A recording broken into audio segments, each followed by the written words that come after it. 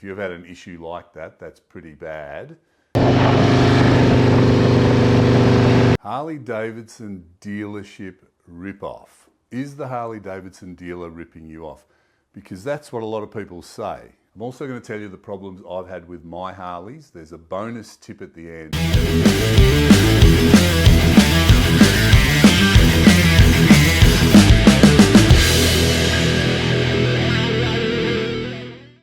Hello, welcome to the channel. My name's Eamon. Today we're going to talk about whether the Harley Davidson dealer is ripping you off or not. Love to hear your opinion on this. It's a controversial topic. A lot of people argue about it, and I'm going to give you my opinion.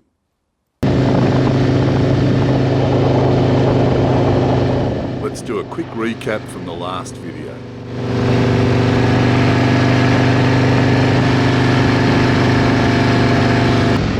Part 1, we rode to the dealer, that's Harley Heaven in Melbourne. We had a look at the beautiful bikes on display. We watched people eat hot dogs before riding to the beachside suburb of St Kilda and stopping for a snack. That's black coffee for me. All right, we've arrived at Harley Heaven and we're going to go inside and have a look at the bikes. They're going to be sensational by the look of it, because I've just had a peek in the window. It was a freezing cold, beautiful sunny day, and just before I got home the storm rolled in and I got absolutely drenched. There was an email waiting for me complaining about the cost of Harleys, and this got me thinking, because I know so many people think and complain about dealers ripping them off. But is this true? What's your experience? In part 1 we covered the price the dealer charges for the bike. Now in part 2 we've got even more. So I'm going to bring up 5 interesting points today. The last of those, number 5, is pretty controversial. It gets a lot of people upset and angry. So if you're looking at your TV or your phone and you want to punch me, just remember you can't reach. I'm also going to tell you the problems I've had with my Harleys. There's a bonus tip at the end. Now, number 2, dealers don't uphold warranty issues. That is a complaint I see on the internet. I haven't personally experienced that because I haven't had any warranty claims. My understanding though is if you change your bike dramatically, it's a bit rough to expect the dealer to uphold the warranty. Now, there has been a recent court case in the States where, I don't know, whatever the authority is, whoever the authority is, has said that Harley Davidson must uphold warranties on relevant parts. So in other words, you know, if your handlebars crack, they're going to be replaced and they can't deny that warranty claim just because you've changed the engine, that sort of thing. And that's fair enough. I didn't know there was any issue with that. If you've had an issue like that, that's pretty bad. But of course, if you've modified your engine and then come back to the dealer and say, oh yeah, but it blew up, why would they uphold the warranty? If you've done the modifications yourself, you have used other people's parts, why would they uphold the warranty? Now, a couple of times when I've bought new Harleys, I've got the dealer at purchase to install a stage 3 or a stage 4 kit, and they were okay. I know that you can pay less money and get more bang for your buck if you do that independently. But at the time, I was wanting to keep that warranty, and I found that the higher stage kits were fine on the twin cam. I had a lot of fun on those particular bikes. For the road, I thought they were fine. Yes, you can always get more power, but that's why you get super bikes. For a cruiser, I thought they were fine. That's me wanting to keep my warranty, and I've made that sacrifice versus independent parts. So, of course, there are better parts around. That's not an issue. I just think you can't expect Harley or the dealers to uphold a warranty in situations where you've made major modifications to the bike and changed it from what it's meant to be. Now, a lot of those complaints you read about on the internet, I guess, are because people who have good experiences don't necessarily write about them. People who have had bad experiences and they're emotional about them, or they're distraught because something terrible has happened to them, they want to express that and they're going to write about it, and that's why the internet forums are full of that sort of thing. And I think that paints a picture that is a lot worse than it really is. Now, you've also got to remember there are a lot of Harley Davidsons sold every year. I think 2021 they sold 194,000 Harleys across the world. Now, if they're doing that every year, and they've also got 1,400 dealerships around the world, so that's a lot of people they're going to employ. There's a lot of motorcycles, a lot of people, a lot of moving parts, you could say. Of course, there are going to be issues. Somebody's bike's going to break. Some part is going to fail. Now, when it comes to things like, the M8 engine in the early days had problems with sumping, and it is, in my opinion, it's, yes, of course you want to get it fixed straight away. And yes, it's horrible. If it happens to you, it's horrible.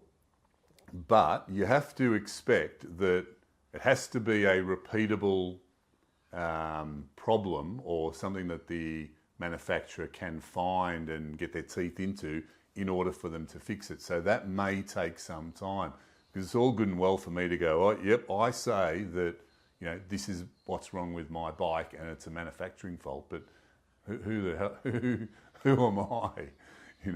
It has to be something the manufacturer can actually get a hold of and figure out, and then they've got to figure out the solution. So those things take time, and I think they've been addressed in the later models. That's why I got a 2020, and that's actually known, or I know that in the industry, you try and stay away from first model releases of motorcycles, cars, I don't know, vacuum cleaners, whatever. So because there's always problems and they've got to be worked out. All right, number 3. Yeah, that's 3. Number 3 is dealers charge too much for their parts, or parts are too expensive. Now, that's a really difficult one to sort of analyse, because there's a million Harley Davidson parts, not only in the Harley catalogue, but also made by independent manufacturers. There's parts everywhere. Now, sort of sounds right, like they seem to be expensive, the parts, but having said that, well, a couple of things. So first of all, one of the dealers I go to always gives me a discount on parts, and it's a substantial discount.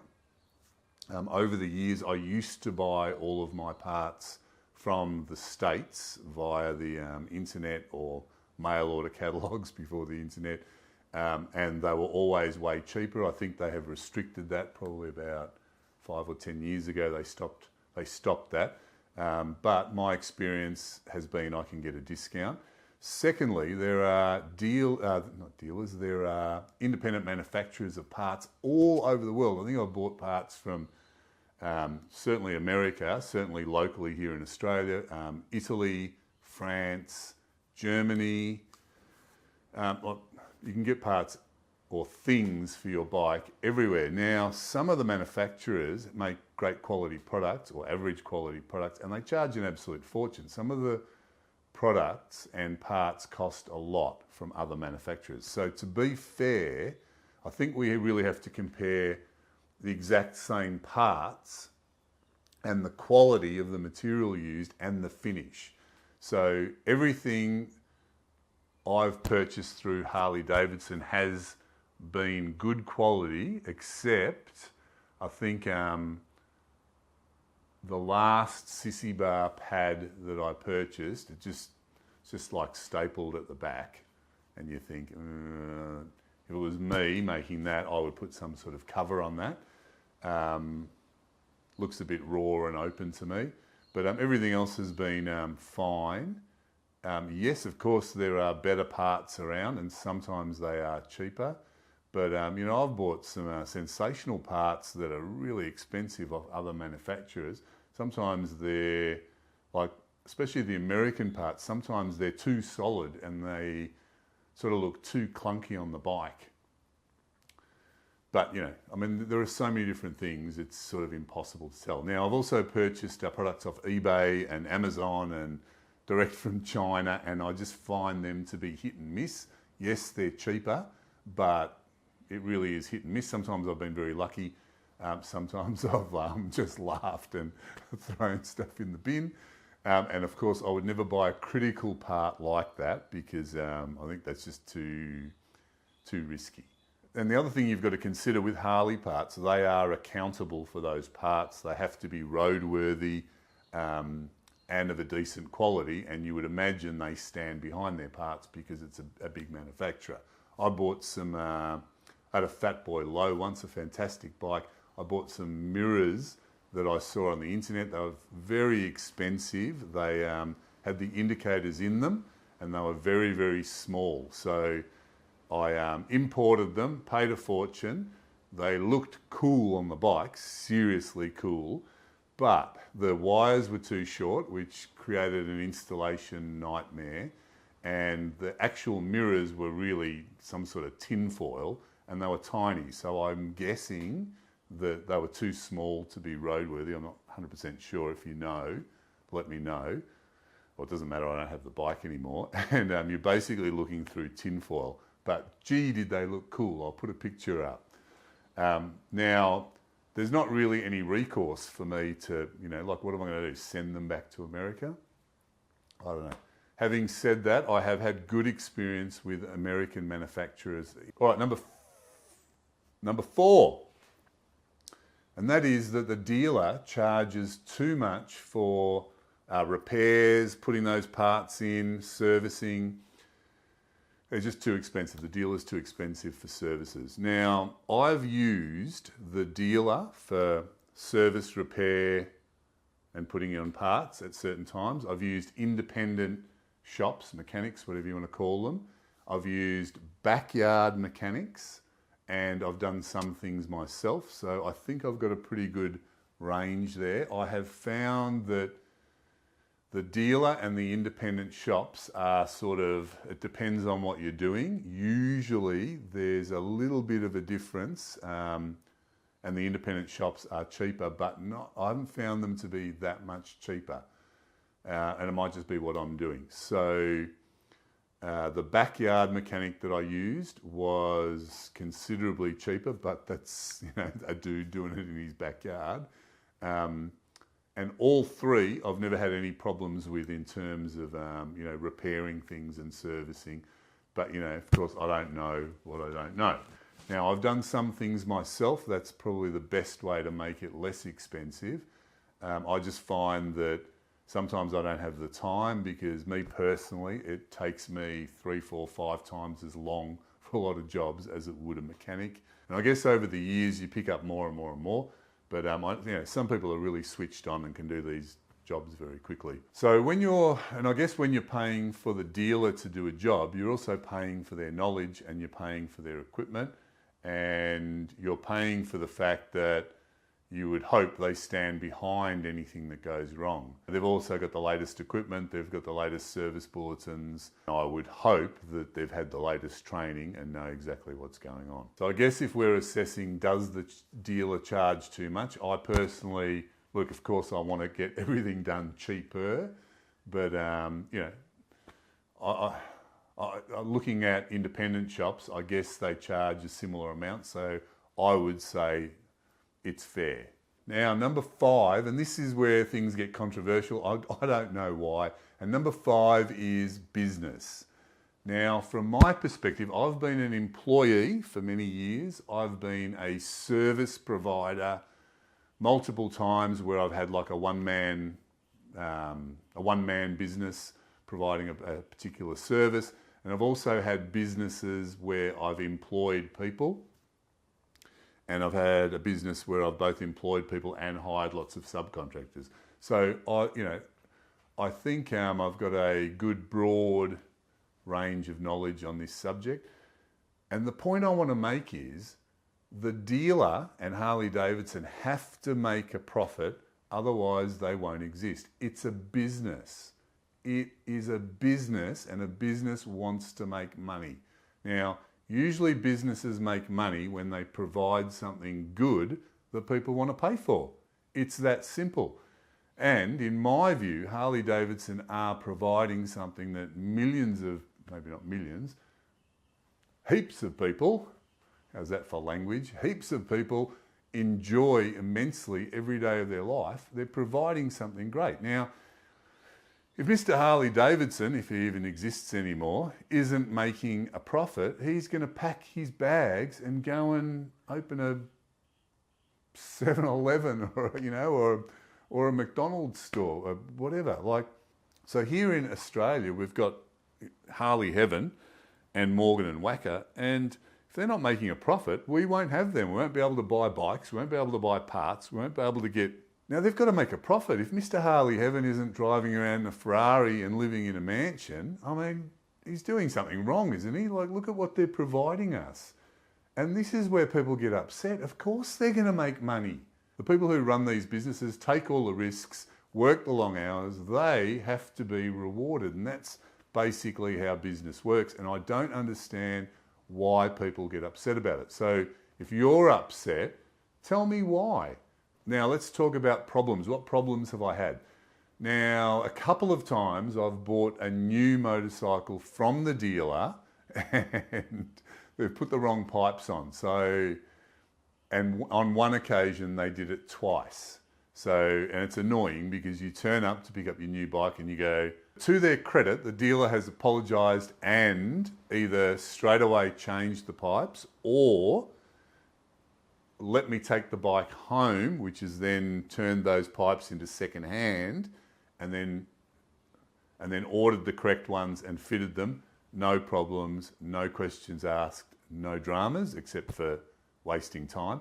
But the flip side of that is I've now got pictures of bikes that I've owned with different sets of pipes, and I can sort of see what looks good and what doesn't look good. And I think had I have liked the look of their mistake, I would have gone, oh no, I'll take that, no problem.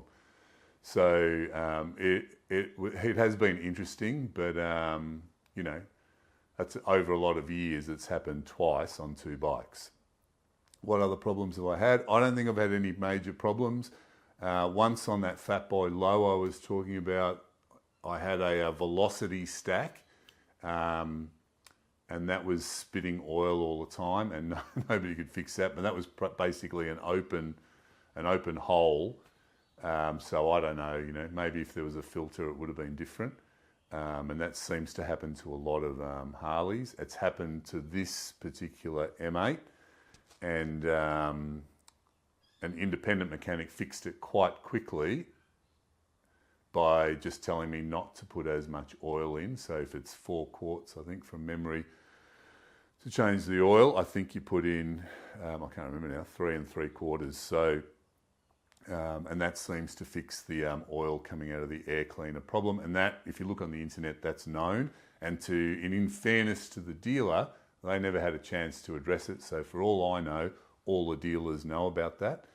So I can say I've had no problems at all with any dealers. All right, so the bonus tip is, and this is my opinion again, let me know if you agree or disagree or it infuriates you.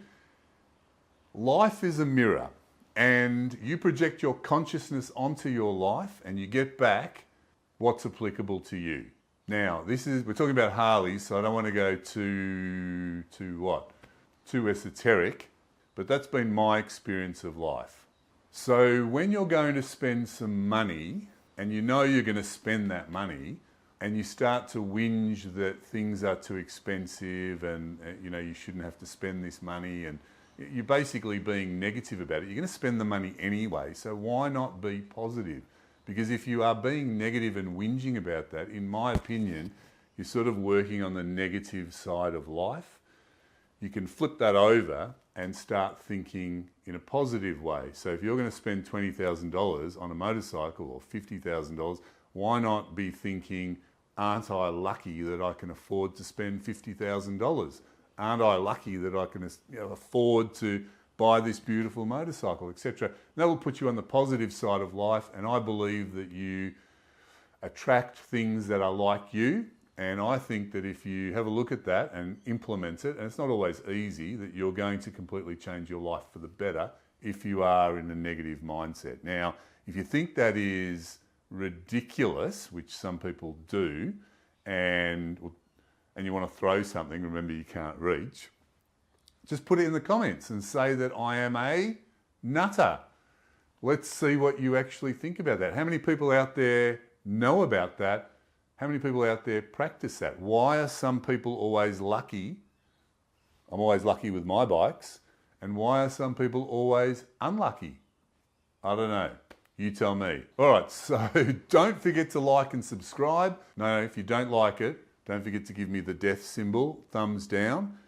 But if you do like it, please support the channel by subscribing and giving me a like and perhaps even saying hello in the comments. And that goes for all of the creators you watch. A lot of time and effort goes into these videos. So if you like them, let me know. And hopefully we can build the channel, and then I can bring you more entertaining videos and more videos on topics in regard to Harleys and health that you actually like. I'll see you on the next video.